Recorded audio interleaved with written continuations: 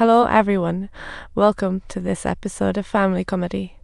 Mom's mental state plummets after welfare runs out and Dad just calls the detox center for support. So she's taken to detox. Dad loves her but is as helpless as a cat at the dog show. She could only watch as the ambulance vanished. Sunlight went dim away, glimmering like an unreachable dream. Yet, Miss S. Eva's gift of books was like a flashlight in her gloomy life, the kind that actually works. With the encyclopedia, she is like a genius, becoming the teacher's 3 grove paragraph grove or favorite. Excitedly, she showed Aunt Eva her perfect score and earned warm praise. When Mom returns after 2 months, it's like Christmas comes early, party hats optional. But when she proudly shows off her perfect paper, Mom's face shifts to, oh no, what now?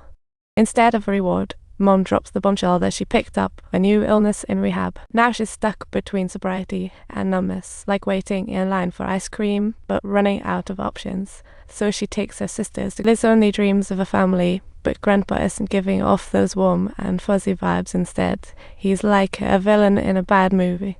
Finally, Mom walks hesitantly yet firmly down a path from darkness to more darkness. Liz teary-eyed and at a loss.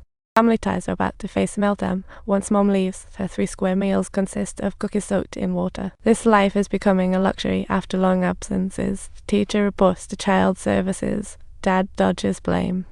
Once a kid with Mom and Dad, she now finds herself as a poster child for orphanhood, and her life changes from one muck pit to another. At the orphanage, she's forced to do the dirtiest and most tiring work, like catching hot soup with her body, becoming a full-time human catcher. Other kids with similar past showed no compassion, just vented miseries together. One time, Liz watched a girl pour bleach into someone else's shampoo out of revenge. Needless to say, the screams could echo through an entire bathroom and invaded her childhood. Years later, entering her teens, she leaves the orphanage, yet her longing for Mom remains. She bravely enters Grandpa's, bumping into Mom with trash. After a long while apart, they barely exchange words and pass like ships in the night, yet her sister gives her a long-awaited hug, but the truth leaves her puzzled. Before Liz could grasp it, Mom smiled and approached unto the lights, bearing past hardships. After 7 years, mother and daughter embrace, reminiscent of their wild youth. On the familiar streets, they rekindle a once distant familial affection. For a brief moment, this companionship allows her to forget her misfortunes, only recalling the happy moments from her childhood. And even to this day, she still harbors fantasies of reassembling a happy family. But with a hint of hesitation, Mom tells her that Dad got kicked out for not paying rent and now lives in a shelter, leaving behind all the past, including the encyclopedia that helped Liz when about to catch up. Mom leaves on an excuse. Liz, sensing trouble, follows her to a bar. To her shock, she finds Mom drowning her sorrows in booze. It turns out, while kicking drugs, she is now addicted to alcohol, shattering Liz's hopes of a happy reunion. Following Mom's lead, she quietly returns to their old apartment at night. Just as Mom said, Dad's gone without a trace. Everything remembered has vanished. A family of 4 turns into an everlasting times L. The hallway echoes his unspoken loneliness. Life goes on, despite past learnings. Eventually, with Mom's support, Liz embarks on a fresh start at a new school, where she won't be the target of ridicule any longer. 7 years in the orphanage taught her the dark sides of humanity and at least how to bathe and change clothes. When school starts, the teacher calls her Elizabeth. Liz begs the teacher not to call her that, as only her crazed mom does, and Chris understands, so they become close friends. Chris, Liz's first friend, leads them to secretly throw a party at Grandpa's house. But as the fun starts, Chris accidentally soils everything and flees.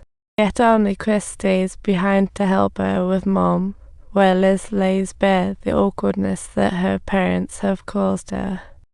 Chris responds that at least Liz's parents have humanity. Her alcoholic dad abused her when she was 7. Mom ran away with me, but now life forces her back to Dad's cage. Seeing Chris' situation hits harder, Liz decides to let her stay at Grandpa's house. Subtitles. Unexpectedly, her grandfather just happened to overhear these secrets on his way home from work, growing increasingly angry until he finally kicked Liz out of the house as well. That night, they wander into the future. One has a house but doesn't want to go back, and the other is homeless. After struggling, they choose to start a new life together and cut ties with school. Each day, they beg on busy streets and rest on subway seats at night. After a tiring day, if hunger strikes, they hit the nearest supermarket for survival tactics.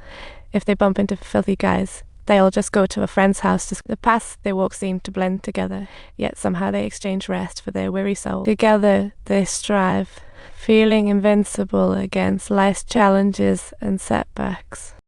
However, the lonely mother lacks friendship and family love, bearing her recklessness cost now. Life is in critical danger. Liz stares at her mom helplessly, her words condensing into, "I thought quitting drinking would restore things."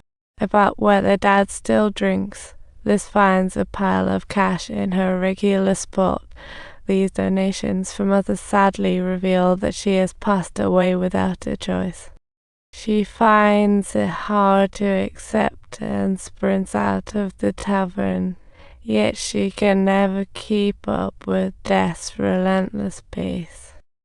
Goodbyes often hit like a storm, yet the sadness buried deep within seems to have been lurking for a while. Mom's reckless living cast a shadow, foreshadowing her demise. On that fateful morning, her farewell came without warning.